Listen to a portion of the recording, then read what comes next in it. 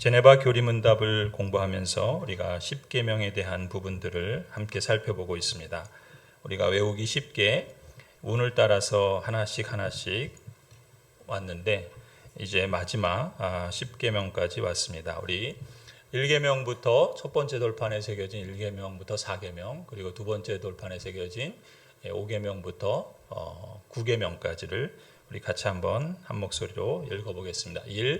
1절 나 외에는 다른 신들을 두지 말라. 2. 이상한 우상을 만들어 섬기지 말라. 3. 삼가 하나님의 이름을 함부로 부르지 말라. 4.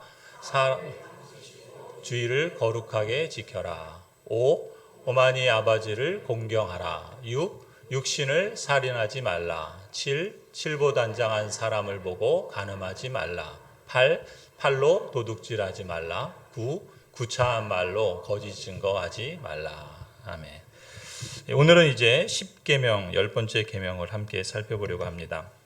제네바 교리문답 213문 제10계명은 무엇입니까? 내 이웃의 집을 탐내지 말지니라. 내 이웃의 아내나 그의 남종이나 여종이나 그의 소나 그의 낙이나 무릇 내 이웃의 소유를 탐내지 말라. 그래서 10, 운을 따라서 읽어보면 10원이라도 남의 것을 탐내지 말라. 같이 한번 해볼까요? 10원이라도 남의 것을 탐내지 말라. 제10계명입니다.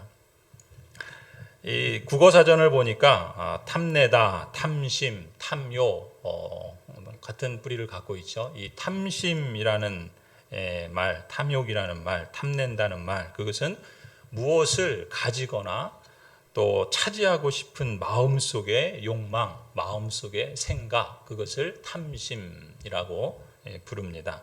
그러니까 무엇을 갖고 싶은 거예요. 그리고 그걸 차지하고 싶은 거예요. 그것을 마음속에 품고 있는 그러한 욕망과 생각을 탐심, 탐욕, 탐낸다 그럽니다. 그러니까 마음속에 뭔가를 갖고 싶고 차지하고 싶고 탐내는 것은 그 마음에 탐심이 가득하다라는 뜻이고 탐욕이 작동한다라는 의미라고 할 수 있습니다. 제네바 교리문답 214문을 보면은 앞에서 언급한 대로 모든 계명이 영적이기에 여타의 계명들이 외적인 행위뿐만 아니라 내적인 마음의 충동까지도 교훈하는데 이 계명에는 즉 10계명에는 무엇이 더 포함되어 있습니까? 같이 한번 읽어볼까요?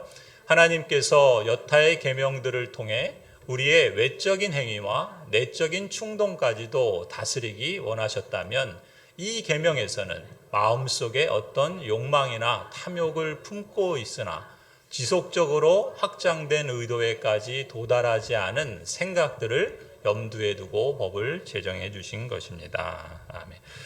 여기 이런 표현이 있어요. 하나님께서 여타의 계명들은 이 계명들을 통해서 우리의 외적인 행위와 내적인 충동까지 다스리기를 원하신다. 그러니까 여타의 계명들은 뭐예요? 1계명부터 9계명까지 이 모든 계명들을 통해서 하나님께서 원하시는 건 뭐냐? 우리의 외적인 행위, 가령 단을 신은 두지 말라, 또 우상을 만들어 섬기지 말라, 또 하나님의 이름을 함부로 부르지 말라, 또 주의를 거룩하게 지켜라. 이 외적인 행위죠, 그렇죠? 이러한 행위들을 우리가 잘 다스리기를 원하신다는 거예요. 그뿐만이 아니에요. 오마니 아버지를 공경하라. 육신을 살인하지 말라. 또 칠보단장한 사람을 보고 간음하지 말라. 팔로 도둑질하지 말라. 구차한 말로 거짓 증거하지 말라. 이거 모두 다 뭐예요? 외적인 행위들이에요. 그리고 우리는 이러한 외적인 행위들을 우리가 잘 다스리기를 하나님이 원하신다라는 것이고, 우리가 또 각 계명들을 보면서 외적인 행위만이 아니라 내적인 충동, 그 외적으로 드러나는 행위를 갖게 하는 내적인 충동도 잘 다스리기를 원하신다라는 것을 살펴보았죠. 그러니까 첫 번째 돌판에 새겨진 하나님과의 관계에서 하나님께서는 우리 모두가 외적인 행위, 그리고 그런 행위를 시도하게 하는 내적인 충동들을 다스리고 제어하라, 이렇게 말씀하신 거예요. 그게 하나님의 뜻이죠. 그리고 두 번째 돌판에서 5계명부터 10계명까지도 마찬가지라고 할 수 있어요. 그러니까 이러이러한 행위들을 하라, 아니면 이러이러한 행위들을 하지 말라라고 하나님께서 명령하셨을 때, 아니 그 이상으로 그러한 행동을 하려고 하는 어떤 내적인 충동, 그것까지도 다스려라. 하나님께서 이 점을 명령하셨다는 점에서 모든 계명은 다 공통적이라는 거예요. 외적인 행위와 내적인 충동을 다스리라 하는 점에서 공통적이라는 것이죠. 그런데 이 마지막 10번째 계명, 이 10계명은 좀 성격이 다른 거예요. 10계명은 뭡니까? 10원이라도 남의 것을 탐내지 말라. 이것은 무엇을 의미하는 것입니까? 외적인 행위로 드러난 것, 그리고 그것을 시도하게 만든 내적인 충동, 이런 것들을 삼가 행하지 않도록 주의하라. 그 이상을 말하는 거예요.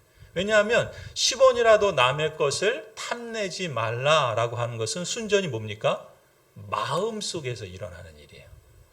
겉으로 드러나는 행위도 물론 있겠지만 사실 10계명 자체는 우리의 마음 속에 있는 욕망과 생각들에 대한 계명이라는 점입니다.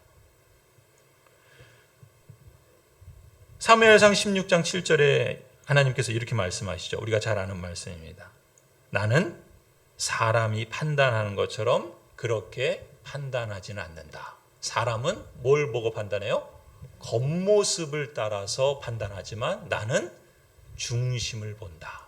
그러니까 하나님은 외적인 드러나는 겉모습, 외적인 행위, 그것만 가지고 판단하지 않고 그 사람의 중심, 그 사람의 마음속까지도 들여다본다, 꿰뚫어본다 라고 말씀하시죠. 하나님이 뭘 보신다고요? 중심을 보세요. 마음을 꿰뚫어 보신다라는 거죠. 그러니까 이 10계명의 명령들이 그저 사람이 외적으로 볼 때 죄다라고 판단하는 정도를 말하는 게 아니라는 거예요. 하나님께서는 내적인 충동, 아니 더 근본적으로 그 마음속에 품은 어떤 욕망, 그 탐심, 심지어 뭐라 그럽니까? 겉으로 실행되지도 않았어요. 마음속에 그냥 생각으로만 머무른 것까지도 포함해서 나는 그 사람의 중심을 꿰뚫어 본다, 이렇게 말씀하시는 거예요. 이런 맥락에서 213문 뒷부분을 한번 보시면 이렇게 말하죠. 그 앞부분에 뭐라고 그랬어요? 하나님께서는 여타의 계명들을 통해서는 우리의 외적인 행위와 내적인 충동까지를 다스리기를 원하신다. 그런데 10계명에서는 10번째 계명에서는 어떻다는 거예요? 마음속에 어떤 욕망이나 탐욕을 품고 있으나, 그러니까 마음속에 어떤 욕망이 있고 탐심이 있는 거예요. 근데 그것을 어떻게 했냐면 실행하지도 않았어요. 지속적으로 확장된 의도에까지 도달하지 않은 생각들을 하나님은 염두에 두고서 이 10계명의 법을 제정한 것이다. 무슨 말입니까? 다시 말하면 이렇게 말할 수 있어요. 앞에서 첫 번째 돌판과 두 번째 돌판에 9개의 계명이 있죠. 가령 우상 숭배하려는 마음이 있겠죠. 안식일을 범하려는 마음이 있어요.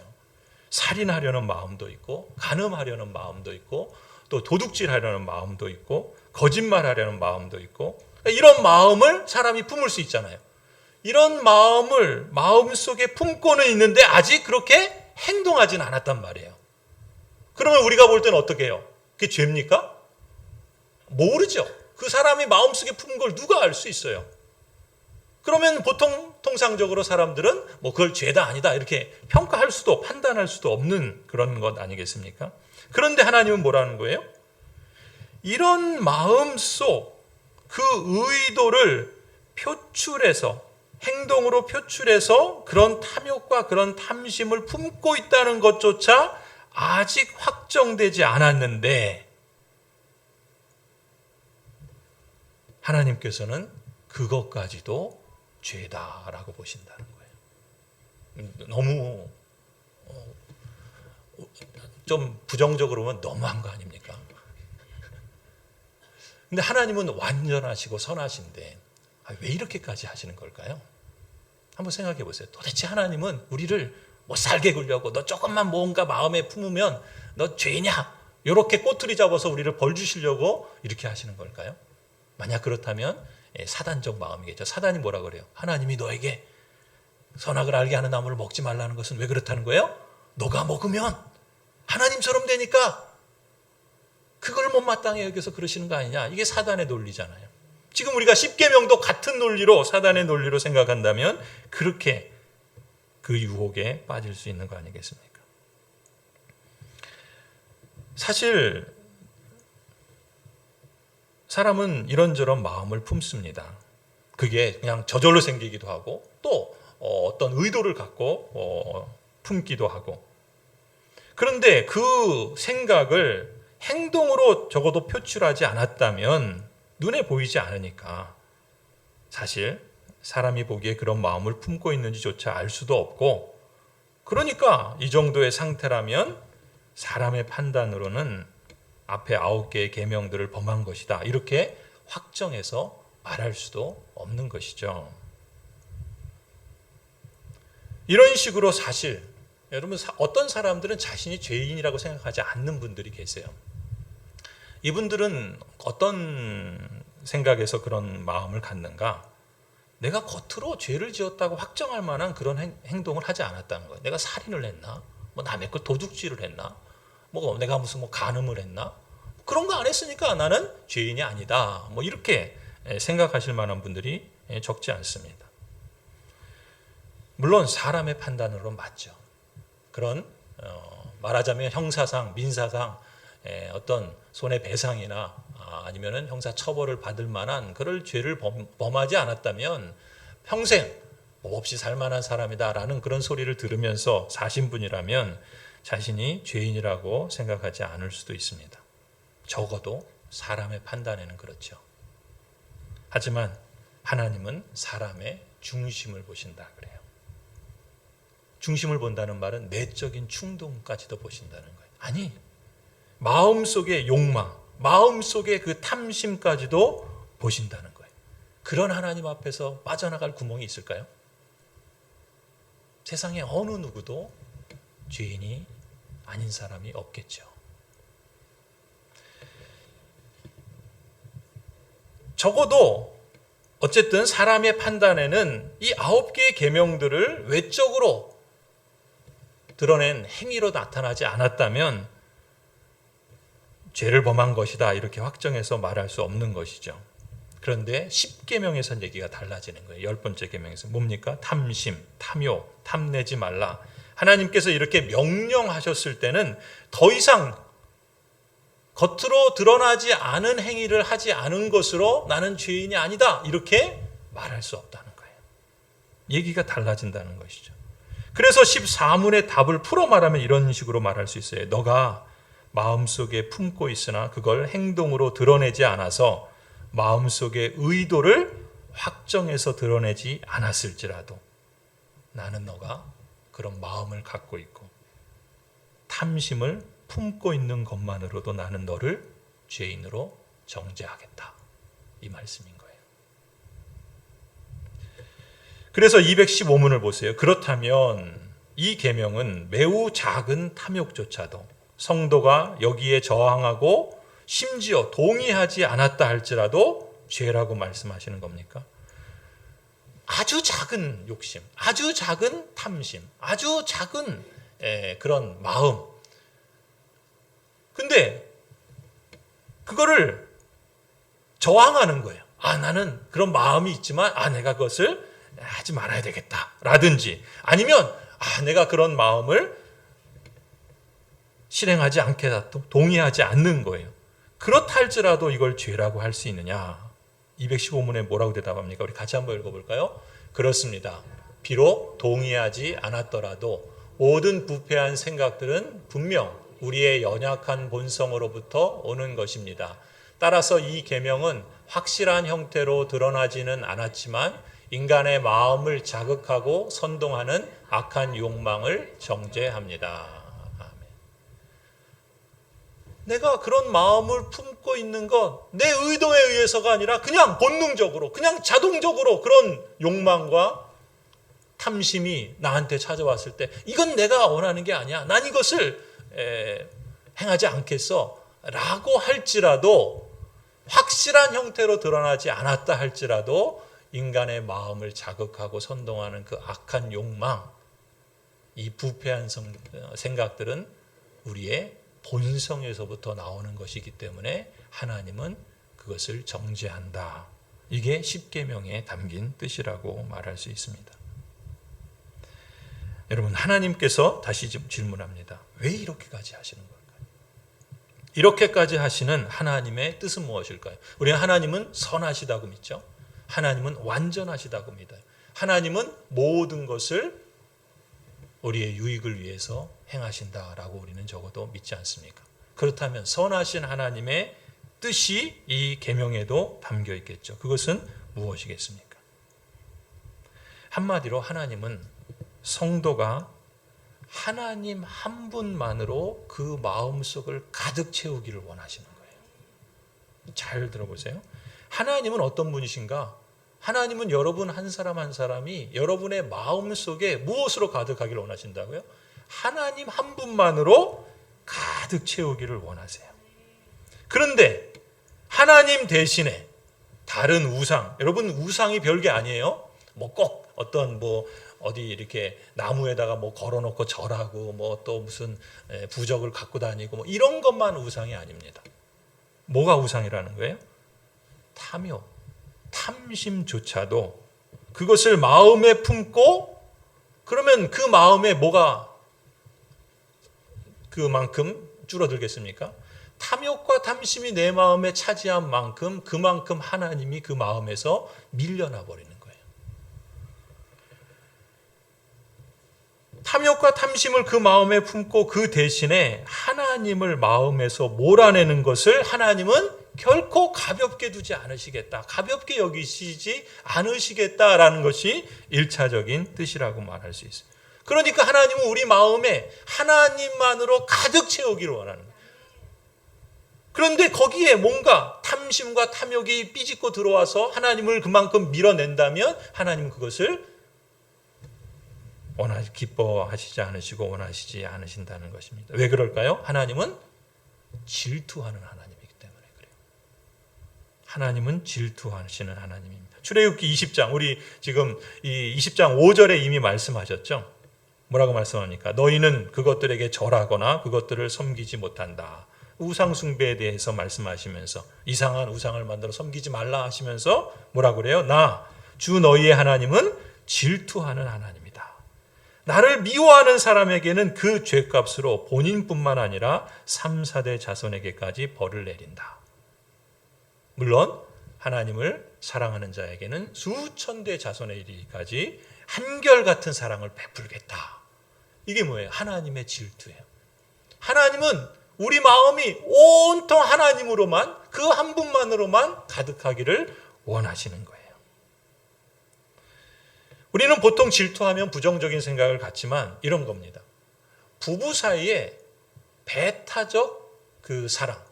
무슨 얘기입니까? 부부 사이에 다른 무엇이 끼면 어떻게 돼요? 우린 그걸 부정하다 그러죠. 그걸 나쁘다 그러지 않아요.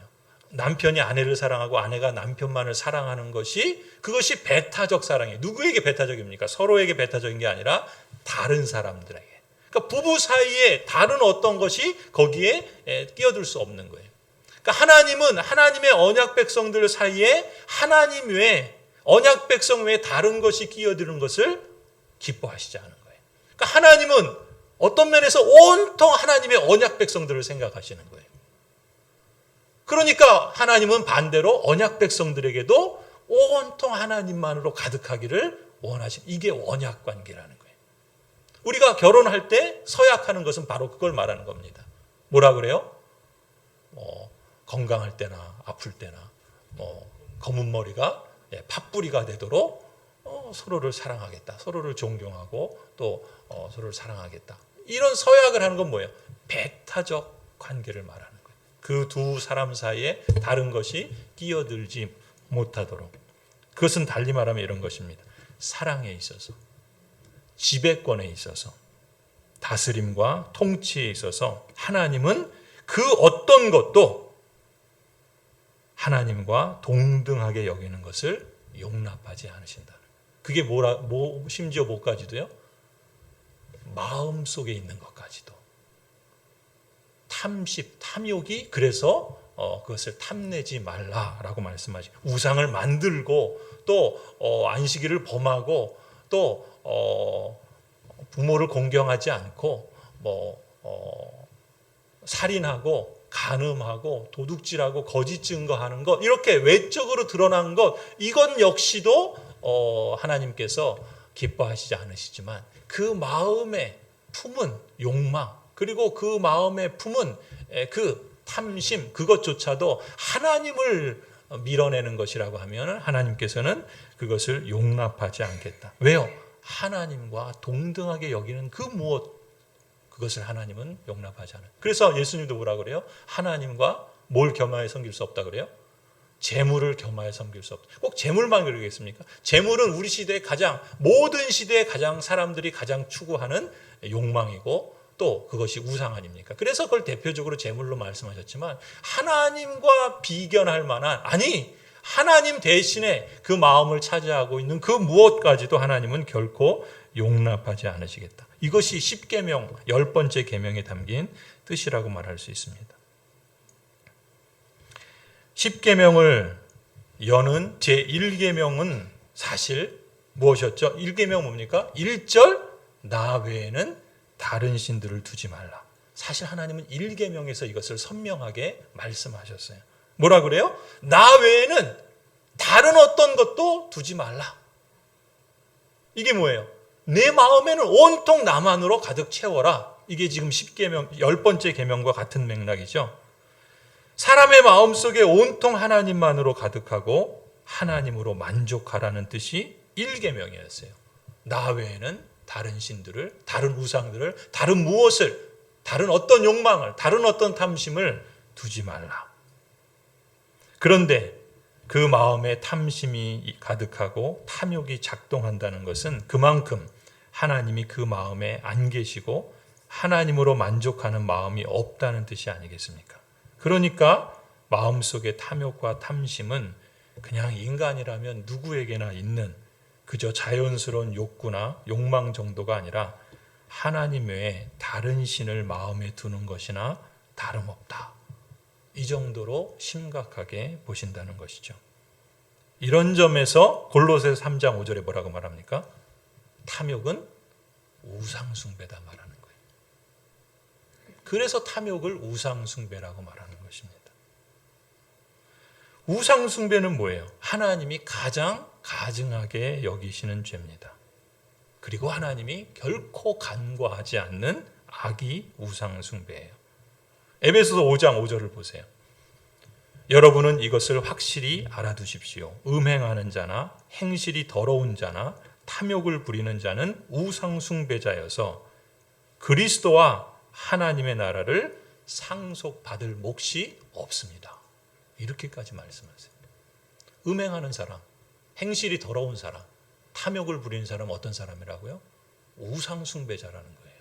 그러니 우상숭배자가 어떻게 하나님의 나라에 상속받을 몫이 있겠습니까? 어떻게 그리스도와 함께 있을 수 있겠습니까? 없다. 이렇게 말씀하시는 겁니다.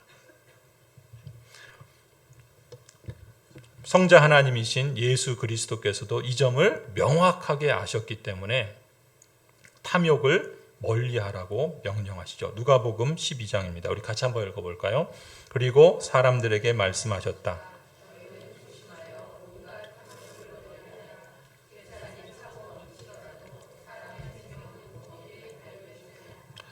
예. 사람이 왜 탐욕을 부리고 탐심을 추구하는가? 그걸 가지면 그걸로 생명을 유지할 수 있다고 생각하기 때문에 그렇죠. 그러나 예수님은 뭐라고 말씀하십니까? 거기에 달려있지 않다.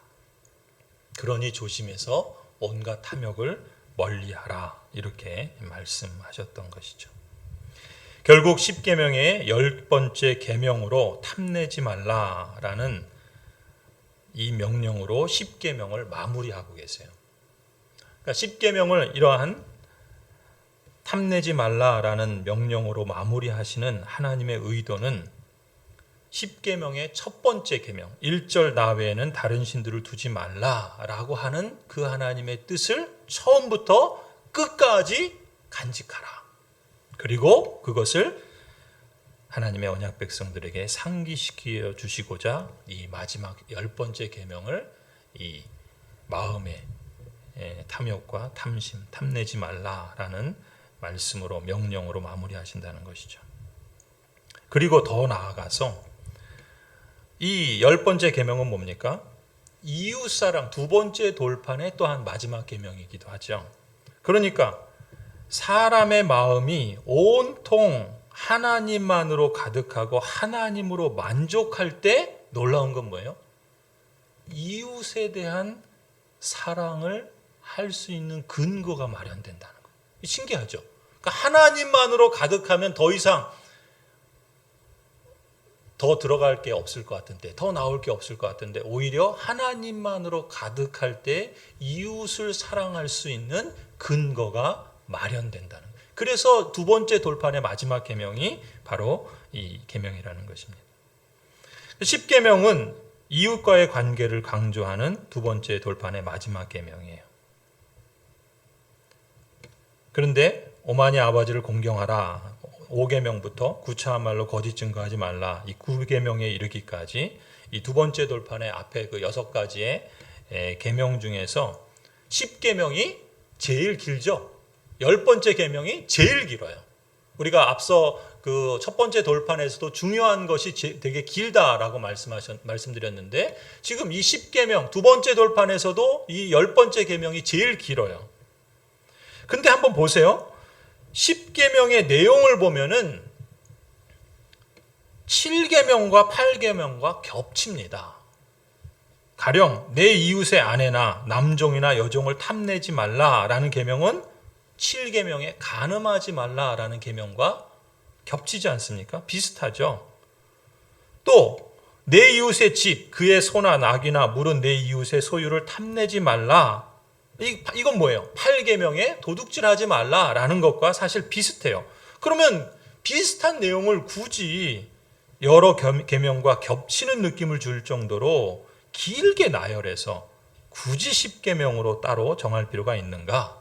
그렇다는 거예요. 왜 그러느냐? 10계명의 그 특성은 행위가 아니라 마음에 초점을 맞춘다라는 점에서 그렇다는 것이죠. 그러니까 살인, 간음, 도둑질, 거짓말 이렇게 외적으로 드러나는 죄악된 행위만을 하나님께서는 금하시는 것이 아니라 이런 죄악된 행위들을 초래하는 죄의 뿌리를 뽑으라고 말씀하시는 것이죠. 여기에 초점을 둔 명령이라는 거예요. 그러니까 탐심은 뭐예요? 눈에 보이진 않습니다. 탐심이. 그러나 사실은 눈에 보이지 않는데 더 강력한 힘이죠. 더 강력하게 작동하는 죄악의 뿌리가 탐심이라는 것이죠. 하나님께서는 거룩한 언약 백성으로 부르심을 받은 성도들이 몸뿐만이 아니라 마음에서조차 온전히 거룩해지기를 원하신다는 거예요. 하나님께서 앞서 이런 질문을 드렸죠. 왜 이렇게까지 하시는가? 저도 이 말씀을 묵상하면서 이렇게까지 하시는 게 뭘까? 조금 이따 나오겠지만 이게 가능합니까? 이런 욕망을 어떤 경우에는 내가 품어서 가질 수도 있지만 그냥 충동적으로 본능적으로 찾아오는 경우도 있단 말이죠. 그런데 어떻게 보면은 불가능한 일인데 하나님께서 이렇게까지 우리의 내적인 것에 대해서 말씀하시고 또 이런 거룩함 또 이렇게 온전히 거룩해지기를 몸만이 아니라 마음까지도 그래야 된다라고 이렇게까지 요구하시고 명령하시는 그 하나님의 뜻은 무엇일까? 의도는 무엇일까? 곰곰이 생각해 봤어요. 그러면서 저는 놀라운 사실을 발견했는데 그게 뭐냐면 여러분 하나님이 여러분을 어떤 사람으로 부르셨습니까? 거룩한 백성이라 그래요. 우리가 거룩해서 거룩하다 그러지 않죠. 우리는 여전히 죄를 범하고 지금도 추한 악을 행하지 않습니까? 전혀 거룩하지 않아요. 그런데 하나님께서 우리를 거룩한 백성으로 부르셨어요. 예수 그리스도를 통해서. 예수 그리스도께서 죄에 대해서는 죽으시고 예수 그리스도께서 행하신 의를 우리가 행한 것으로 여겨주셔서 우리를 거룩한 사람으로 인정해 주신 거예요. 근데 여러분 생각해 보세요. 너가 거룩한 사람이라 하나님께서 인정해 주셨는데 실질적으로는 그렇게 기대하질 않아요. 그럼 어떤 마음이 들까요? 기만당했다는 느낌 받지 않을까요? 여러분에게 제가 우리 목사님이 이제 저희 교회 부교육자로 사역을 시작했는데 그 역할은 목사로서 교육을 하고 또 사람들을 가르치고 말씀으로 양육하고 또 위에서 기도하고 또 하나님의 뜻을 잘 받들어서 다음 세대들을 잘 이렇게 말씀으로 양육하고 좋은 그런 습관들을 세워가는데 그런 일을 안 맡겨. 저기 가서 청소하라 그러고 저기 가서 뭐 심부름이나 시키고 뭐 말씀을 연구할 시간을 안 줘요. 뭐 책상에 앉아 있을 시간이 없어. 그러면 그건 뭐예요? 정작 그렇게 불러놓고는 전혀 엉뚱한 일을 시키면 그 사람을 기만하는 거 아닐까요? 하나님께서 여러분을 거룩한 백성이라고 인정해 주셨어요. 그래놓고 전혀 그런 기대를 안 하시고 그냥 뭐 개차반으로 살든지 그냥 어떻게 마음대로 살든지 아무런 신경도 안 쓴다면은 정말 거룩한 백성으로 여겨주시는 걸까? 오히려 기만하는 거 아니겠습니까? 근데 실제로 우리는 어떤 면에서는 하나님이 기대하시는 그 수준에 도달할 수도 없어요. 근데 그럼에도 불구하고 이렇게까지 요구하시는 것은 이렇게까지 우리의 외적 행위만이 아니라 내적인 마음에서조차 온전히 거룩해지기를 요구하시는 것은 정말 우리를 거룩한 사람으로 인정해 주시니까 그런 것이 아니겠는가. 우리를 그렇게 여겨주실 뿐만 아니라 실제로 그렇게 우리를 받아주신다는 거예요. 내 마음속에 악한 욕망들이 계속해서 일어나고 그것이 나를 때로는 행동으로 행하게도 하지만 그럼에도 불구하고 나를 하나님의 거룩한 백성이다라고 받아주신 하나님은 그런 나를 하나님의 거룩한 백성으로 안아주시고 품어주시고 또 그렇게 만들어 가시면서 내 안에서 일을 하셔서 어떻게까지 하신다는 거예요? 예수 그리스도의 장성한 그 거룩한 온전한 거기에까지 이른 사람으로 나를 여겨주신다는 거예요. 그리고 그렇게 나를 그렇게 만들어 가시겠다는 거예요. 그 일을 지금 하고 있다는 거예요. 그러니까 그런 마음, 하나님이 나를 얼마나 크게 높게 존귀하게 받아주시고 여겨주시는 그 증거가 바로 이 말씀에 있는 거구나. 부정적으로 보면 왜 이렇게까지 하실까라고 생각할 수 있지만 하나님이 선하시고 하나님이 온전하시고 거룩하시고 우리를 온통 그 마음에 품고 계신 분이 하나님이시라면 이렇게까지 하실 때는 우리를 정말 예수 그리스도와 같은 그런 존재로 여겨주시는 거구나. 받아주시는 거구나. 여러분, 우리에게 일어날 일이 확실하면 우리는 어떻게 하죠? 그걸 준비하며 살죠. 우리가 오늘 이제 다음 세대가 수련회 가지 않습니까? 가는 게 확실하죠. 목사님 확실하죠? 그럼 어떻게 해요? 그걸 준비하죠. 우리 봉사자들도 음식을 준비하고 또 그걸 교육하기 위해서 교사들 또 우리 목사님, 전사님 그걸 위해서 준비하고 왜 그래요? 그 일이 일어날 걸 확실히 알고 믿으니까. 그러니까 그걸 준비하자는 거예요. 하잖아요. 만약에 그 일이 확실하지 않고 또 긴가민가 이러면 어떻게 되겠어요? 그냥 준비하지 않겠죠. 여러분 우리가 하나님 나라의 백성이요 하나님 나라의 완전한 거룩한 그리스도와 같은 사람으로 온전하게 질 것을 하나님께서 말씀하셨어요. 그럼 우리가 그것이 확실하지 않겠습니까? 그거 확실하다면 우리는 어떻게 해요? 그 삶을 준비하겠죠. 그 삶이 반드시 이루어지고 성취될 것을 준비하지 않겠습니까? 물론 그 준비하는 과정이 완전하지 않을 수 있어요. 실패할 수 있습니다. 또 넘어질 수 있어요. 또 그 수준에까지 다 도달하지 못할 수도 있어요. 그러나 그것이 확실하기 때문에 준비해 가는 거죠. 우리만 준비하는 게 아니라 하나님께서 그 일을 시작하셔서 그 일을 이루고 계신다는 거예요. 그러니까 하나님은 정말 우리를 그런 존재로 받아주시고 여겨주시고 그렇게 지금도 일하신다라는 것이죠. 놀랍지 않습니까? 하나님이 여러분을 그렇게 대우해 주시는 거예요. 대접해 주시는 거예요. 이미 그리스도 안에서 완전하고 온전한 사람으로 받아주신 겁니다. 그리고 그런 사람으로서 하나님께서 기대를 거시고 함께 그 일들을 이루어 가신다는 것이죠. 성도 여러분, 하나님 사랑에 대해서 이 십계명은 우리에게 너무나도 놀라운 방식으로 말씀합니다. 이 십계명을 요약하면은요, 10원이라도 이웃의 것을 탐내지 말라. 이 십계명은 십계명 전체의 명령을 다시금 강조하는 뜻에서 마지막 계명이기도 하고요, 이웃 사랑을 말씀하는 두 번째 돌판의 마지막 계명으로도 중요하다는 것이죠. 1절 나 외에는 다른 신들을 두지 말고 탐심이라는 우상 숭배에도 빠지지 말라. 하나님의 사랑에 대해서는 내 마음속에 온통 하나님만으로 가득하고 하나님으로 만족하라는 것이 하나님의 뜻입니다. 이웃사랑에 대해서는 살인, 간음, 앞에 5가지의 계명이 단지 겉으로 드러난 행위만이 아니라 이런 죄악된 행위들을 유발하는 근원적인 뿌리, 바로 너의 마음속에 탐욕과 탐심이 틈타지 못하도록, 또 그것이 작동하지 못하도록 내 마음을 지켜라. 탐욕의 강력함에 대해서 인식하고 매우 강한 주의를 기울여라. 이것이 하나님의 뜻이라는 것이죠. 그래서 210문을 보세요. 그러면 이 계명은 악한 충동을 묵인함으로써 우리가 지배되는 것을 금지할 뿐만 아니라 우리 마음이 죄를 야기하는 파괴적인 욕망에 빠지지 않도록 엄격한 순전함을 요구합니까? 그렇습니다. 성도 여러분, 하나님은요, 여러분이 십계명을 다 지키면 구원해 주겠다 그러시지 않으십니다. 오히려 우리가 그렇게 행할 수 없다는 것을 아심에도 불구하고 우리를 거룩한 성도라 받아주시고 용납해 주십니다. 그렇다면 십계명은 거룩한 성도로 부르심을 입고 거듭난 성도에게는 과거의 죽은 조문이 더 이상 아니겠죠. 사실상 아무도 십계명을 완전하게 지킬 수도 없는데 이제 십계명은 다 용도 폐기 처분해야 할 것이다, 이렇게 말하지 않을 것입니다. 이 점에 대해서 하이델베르그 교리문답에서도 이렇게 교훈합니다.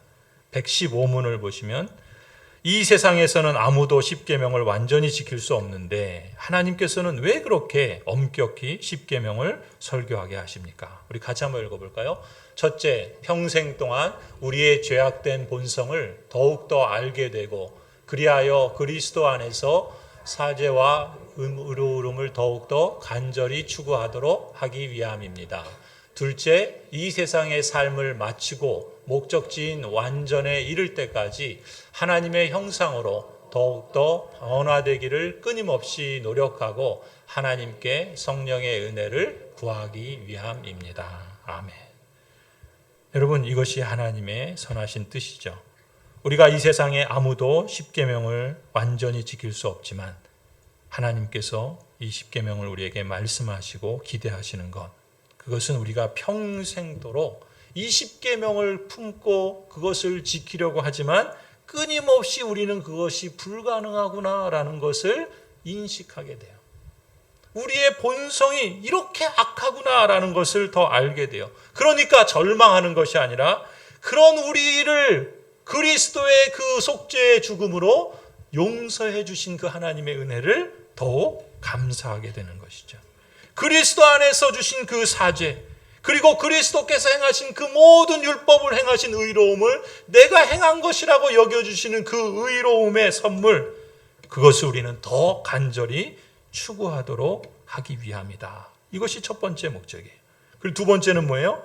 우리가 이 세상을 살아가면서 언젠가 우리의 삶을 마칠 때, 아니 우리가 살아서 그리스도의 재림을 혹 만나게 된다 할 때 우리의 목적지인 그 하나님의 나라에서 우리는 완전에 이르게 될 것입니다.